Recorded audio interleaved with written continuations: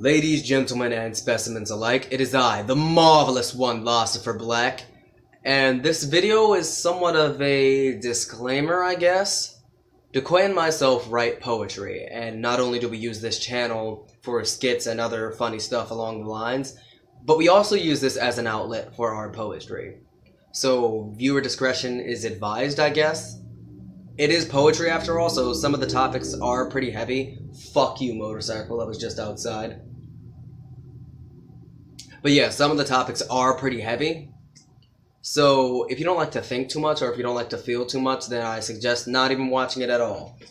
And this is a bit of a strange request from a YouTuber, but if you're not into poetry, or if you're not into the message that our poems are giving, do not like, do not comment, and especially do not share. Always subscribe, because poetry isn't all we do. We do all sorts of stuff. But I want the poetry videos to be very special to our channel, because we're giving away a chunk of ourselves and just throwing it out in the open. And at times that's going to be very difficult for us, I'm not going to lie, because it shows a lot of sides that we don't show everyone, but now we're showing everyone. And if you are into poetry, and if you are into the message, then yes, like, comment, and especially share. Because I'm actually not necessarily sure what I want out of these videos. I just want to build a poetry community on YouTube. I mean, we already have button poetry. I don't want to think of this as an alternative to that, because it's not. Button poetry is awesome. But I want us to be our own unique entity. So I think I've rambled on for long enough. On with the poetry.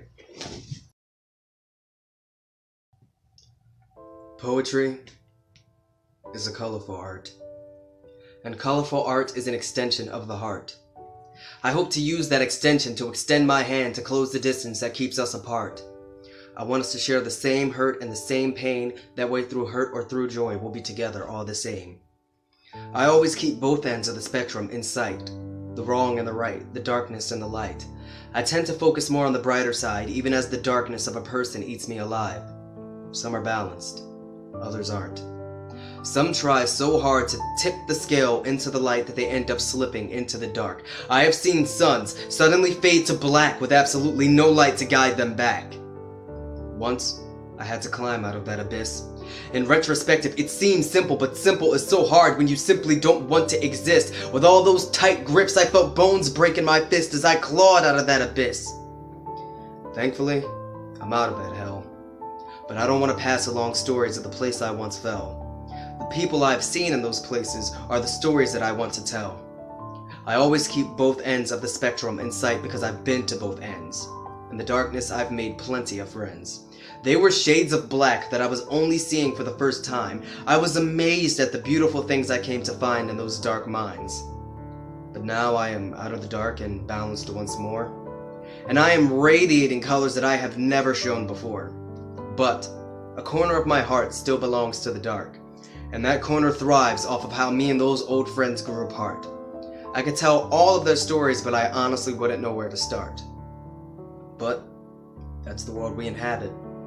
A world with minds of madness, trying to imagine acceptance in an empty mattress. But I do not want to live in that world that most people have come to accept. A world where people don't want to remember, but they want to forget. A world where people don't share because they feel like they have to protect. And I'm not talking materialistic. Sure, it would be amazing to have everything that is exquisite, but without people to share it with, what is it? Is it a distraction? From my point of view, I see an empty house and not a mansion. I can go on and on, but I do not want to beat a dead horse. I'm not frustrated at that. I'm frustrated that loneliness always finds its way to run its course. I don't want my heart to be bounded by distance. I hope that my poetry can build bridges so that maybe we wouldn't feel so distant. Maybe we could just talk to anyone when we need someone to listen. I try to lead by example by leaving myself open, sharing all emotions as a man and as a poet, keeping no secrets, hoping that you'll give away yours, giving you peace of mind, knowing that you do not have to hide anything anymore. To the people who can hear me, a request. You've seen the darkness, but will you take my hand so I can show you the rest? I get that your heart is a wreck, and I get that you may feel like a mess. But you remind me of a Picasso painting in black and white. A beautiful mess, but imagine if your colors were to shine bright. I keep both ends of the spectrum in sight. I felt your beautiful pain.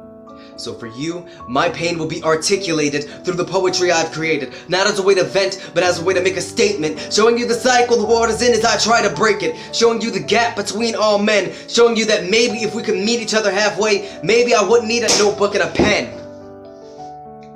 Maybe we could just ask.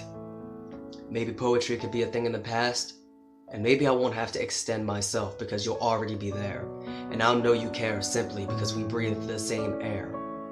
Poetry is a colorful art, and colorful art is an extension of the heart. But I want to see your colors up close, so I can only hope that I close the distance with all of the poetry that I've wrote.